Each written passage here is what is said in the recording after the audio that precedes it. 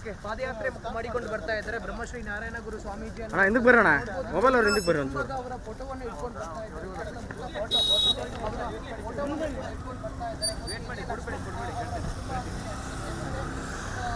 Sir mobile ಎಲ್ಲ ಒಂಚೂರು ಹಿಂದಕ್ಕೆ ಬನ್ನಿ. ಏನು ಹೇಳ್ತಾರೆ ಇದರ ಬಗ್ಗೆ ಅನ್ನುವಂಥ ವಿಚಾರವನ್ನು ಕೂಡ ಕೇಳ್ತಾ ಇದ್ದೀನಿ. ಅಂತ ಹೇಳಿದ್ರೆ ಯಾತಕ್ಕೋಸ್ಕರ ಪಾದಯಾತ್ರೆ ನಡೆಸ್ತಾ ಇದ್ದಾರೆ ಅನ್ನುವಂಥ ವಿಚಾರದಲ್ಲಿ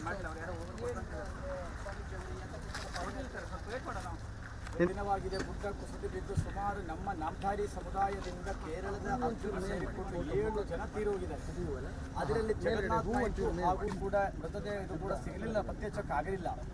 ಅದರ ಜೊತೆ ಸಣ್ಣಿಗೌಡ ಅಂತ ಹೇಳಿ ಆಲಮತ ಸಮಾಜದವರು ಇದ್ದಾರೆ. ಆದ್ರಿಂದ ಸರ್ಕಾರ ಕೂಡ ಒಂದು ಇವರಿಗೆ ಈ ಕಾರ್ಯಾಚರಣೆ ನಡೀತಾ ಇದೆ, ರೆಸ್ಕ್ಯೂ ಆಪರೇಷನ್ ನಡೀತಾ ಇದೆ.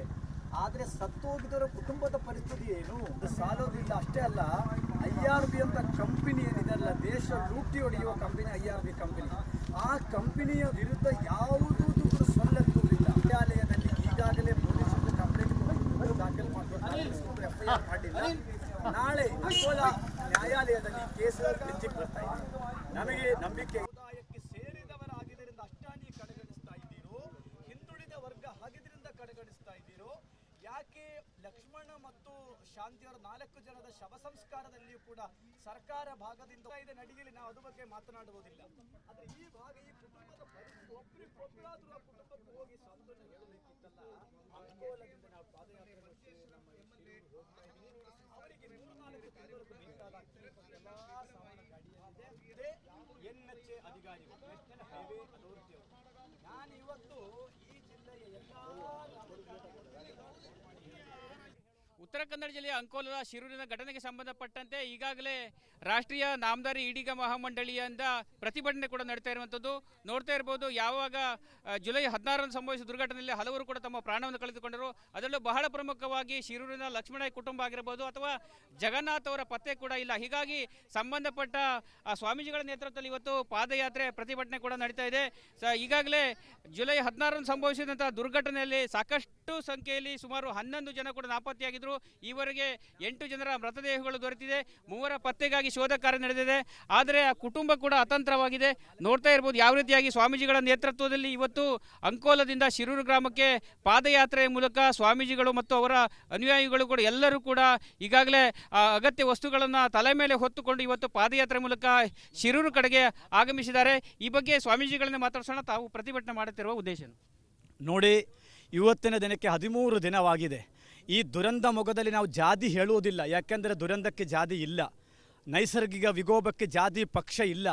ಆದರೆ ಇವತ್ತು ಏನಾಗಿದೆ, ಕಳೆದ 13 ದಿನವಾಗಿದ್ದರೂ ಸಹ ನಾಮಧಾರಿ ಸಮುದಾಯದಿಂದ 7 ಜನ ತೀರೋಗಿದ್ದಾರೆ. ಅವರೊಬ್ಬರು ಕೇರಳದವರು ಕೂಡ ಈಡಿಗ ಸಮುದಾಯಕ್ಕೆ ಸೇರಿದ್ದವರು. ಇಲ್ಲಿ ರೆಸ್ಕ್ಯೂ ಕಾರ್ಯಕ್ರಮಗಳು ಏನು ನಡೀತಾ ಇದೆ ಅದು ಭಾಳ ಅಚ್ಚುಕಟ್ಟಾಗಿ ನಡೀತಾ ಇದೆ. ನಮಗೆ ಅದ್ರ ಬಗ್ಗೆ ಆಕ್ಷೇಪಗಳು ಯಾವುದೂ ಇಲ್ಲ. ನಾನು ಕೇಳೋದು ಏನು ಅಂದರೆ, ಸತ್ತೋಗಿದವರ ಕುಟುಂಬಕ್ಕೆ ಸಾಂತ್ವನ ಹೇಳಲಿಲ್ಲ, ಅವರಿಗೆ ಸರಿಯಾದ ರೀತಿಯಲ್ಲಿ ಸ್ಪಂದಿಸಲಿಲ್ಲ. ಯಾವೊಬ್ಬ ರಾಜಕಾರಣಿಗಳು ಕೂಡ ಅವರ ಮನೆಗೆ ಹೋಗಲಿಲ್ಲ. ಅವರಿಗೆ ಒಂದಷ್ಟು ಆಹಾರ ಅವರ ನೋವಲ್ಲಿ ನೊಂದಿರ್ತಾರೆ. ಈಗ ಯಾವುದೂ ಮಾಡಲಿಲ್ಲ. ಆದ್ದರಿಂದ ನಾವು ನಾರಾಯಣಗುರು ಶಕ್ತಿಪೀಠದಿಂದ ನಾವು 3 ತಿಂಗಳಿಗೆ ಬೇಕಾದ ಭವಿಷ್ಯ ಧಾನ್ಯಗಳೆಲ್ಲವನ್ನೇ ತಗೊಂಡು ಬಂದಿದ್ದೀನಿ. ಅವ್ರಿಗೆ ಮುಟ್ಟಿಸ್ತೇವೆ, 6 ಕುಟುಂಬಗಳಿಗೂ ಮುಟ್ಟಿಸ್ತೇವೆ. ಇವತ್ತು ಕಳೆದ 6 ದಿನ ಹಿಂದೆಯೇ ಅಂಕೋಲಾ ಪೊಲೀಸ್ ಸ್ಟೇಷನಲ್ಲಿ ನಾನು 8 ಜನ ಮೇಲೆ ಕೇಸ್ ಹಾಕಿ ದೂರು ದಾಖಲು ಮಾಡಿದ್ದೀವಿ. ಯಾರ್ಯಾರ ಮೇಲೆ ಕೇಸ್ ಮಾಡಿದ್ವಿ? ಒಂದು IRB ಕಂಪನಿಯ ಮಾಲೀಕರಾದ DY ಮಾಯೇಸ್ಕರ್ ಅಂತ ಹೇಳಿ ಮಾಡಿದ್ದೀವಿ. 7 ಜನ ಡೈರೆಕ್ಟರ್ಸ್ ಮೇಲೆ ಮಾಡಿದ್ದೀವಿ. ಅದು ಮರ್ಡರ್ ಕೇಸ್ ಮಾಡಬೇಕು ಅಂತ ಹೇಳಿದ್ದೀವಿ. ಇವತ್ತುವರೆಗೆ ಮಾಡಲಿಲ್ಲ. ಆದರೆ ನಾಳೆ ಬೆಳಗ್ಗೆ 11 ಗಂಟೆಗೆ ಅಂಕೋಲಾ ಮಾನ್ಯ ನ್ಯಾಯಾಲಯದಲ್ಲಿ ಈ ಕೇಸನ್ನೇ ಬೆಂಚಿಗೆ ಬರ್ತಾ ಇದೆ. 11 ಗಂಟೆಗೆ ನಾನೇ ಖುದ್ದು ಕೋರ್ಟಲ್ಲಿ ಹಾಜರಾಗ್ತಾ ಇದ್ದೀನಿ. ಈ ನ್ಯಾಯಾಲಯದಲ್ಲಿ ನಮಗೆ ಭಾಳ ದೊಡ್ಡ ನಂಬಿಕೆ ಇದೆ. 1 ಕೋಟಿ ರೂಪಾಯಿಯನ್ನು ಪರಿಹಾರ ಹಣ ಕೊಡಬೇಕು ಈ ಕುಟುಂಬಕ್ಕೆ. IRBಯಲ್ಲಿಯೋ NHAಯಲ್ಲಿಯೋ ಅವರಿಗೊಂದು ಸ್ಥಿರ ಉದ್ಯಮ ಕೂಡ ಕೊಡಬೇಕು. ನಾನು ರಾಜ್ಯ ಸರ್ಕಾರನೇ, ಕೇಂದ್ರ ಸರ್ಕಾರನೇ, ರಾಜಕಾರಣ ದೂರದಲ್ಲಿ ಇವತ್ತು ಶ್ರದ್ಧಾಂಜಲಿ ಸಭೆ ಇತ್ತು. ಸುಮಾರು 250 ಜನ ಭಾಗವಹಿಸಿದರು. ಈ ಜಿಲ್ಲೆಯ MP, ಈ ಜಿಲ್ಲೆಯ ಮಾಜಿ MLAಗಳು, ಹಾಲಿ ಎಲ್ಲರಿಗೂ ಫೋನ್ ಮಾಡಿ ಖುದ್ದು ನಾನು ಹೇಳಿದ್ದೆ, ನೀವು ಬನ್ನಿ, ಅವ್ರಿಗೊಂದು ಶ್ರದ್ಧಾಂಜಲಿ ಸಲ್ಲಿಸೋಣ. ತೀರೋಗಿದ್ರು ಒಬ್ಬರೂ ಕೂಡ ಭಾಗಕ್ಕೋಸ್ಕರ ಬಂದಿಲ್ಲ. ಇವರ ಕೈ ಯಾರು ಕೆಟ್ಟಾಕಿದ್ದಾರೆ? IRB ವಿರುದ್ಧ ಒಂದು ಮಾತನ್ನೇ ಹಾಡುತ್ತಾ ಇಲ್ಲ.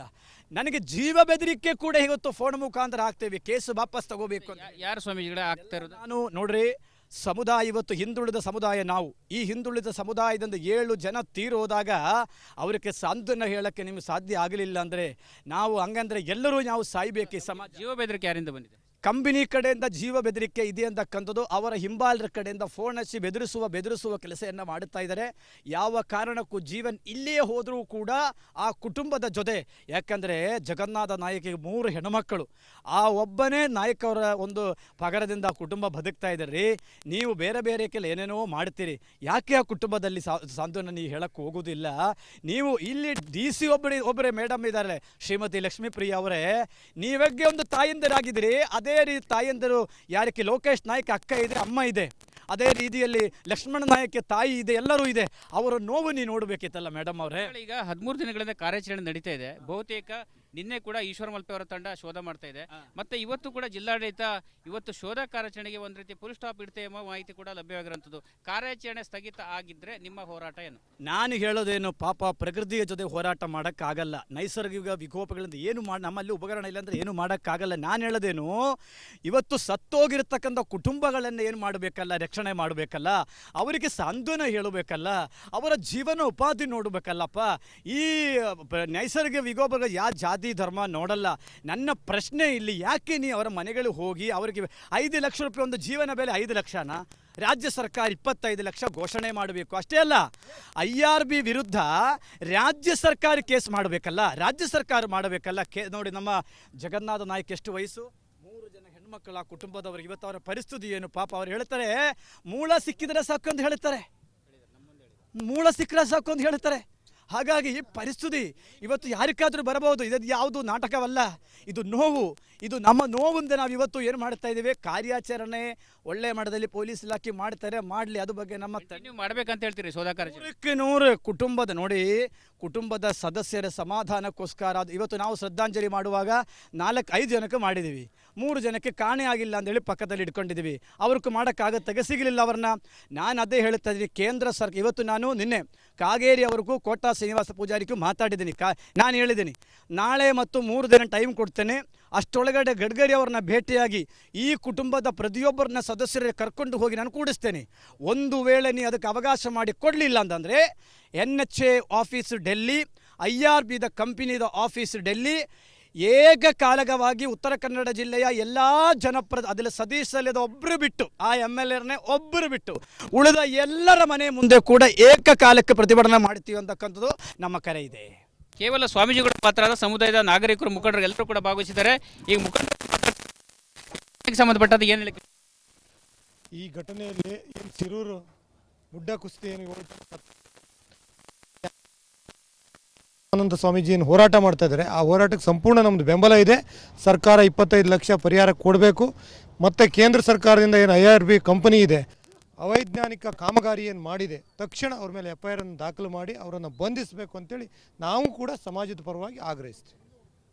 ಒಟ್ಟಿನಲ್ಲಿ ಈ ದುರಂತದಲ್ಲಿ ಒಂದೇ ಸಮುದಾಯದ 7 ಜನರು ಮೃತಪಟ್ಟಿದ್ದಾರೆ. ಹೀಗಾಗಿ ಅವರ ಕುಟುಂಬಕ್ಕೆ ಸರ್ಕಾರ ಹೆಚ್ಚಿನ ಪರಿಹಾರ ನೀಡಬೇಕು ಮತ್ತು ಶೋಧ ಕಾರ್ಯಾಚರಣೆಯನ್ನು ಮುಂದುವರಿಸಬೇಕೆಂಬ ಅಭಿಪ್ರಾಯನ ವ್ಯಕ್ತಪಡಿಸ್ತಾ ಇರುವಂಥದ್ದು. ಕ್ಯಾಮ್ರಾ ಪರ್ಸನ್ ರಾಕೇಶ್ ಜೊತೆ ನಾನು ಶೇಷಗಿರಿ ಮುಂಡಳ್ಳಿ, ರಿಪಬ್ಲಿಕ್ ಕನ್ನಡ, ಕಾರವಾರ.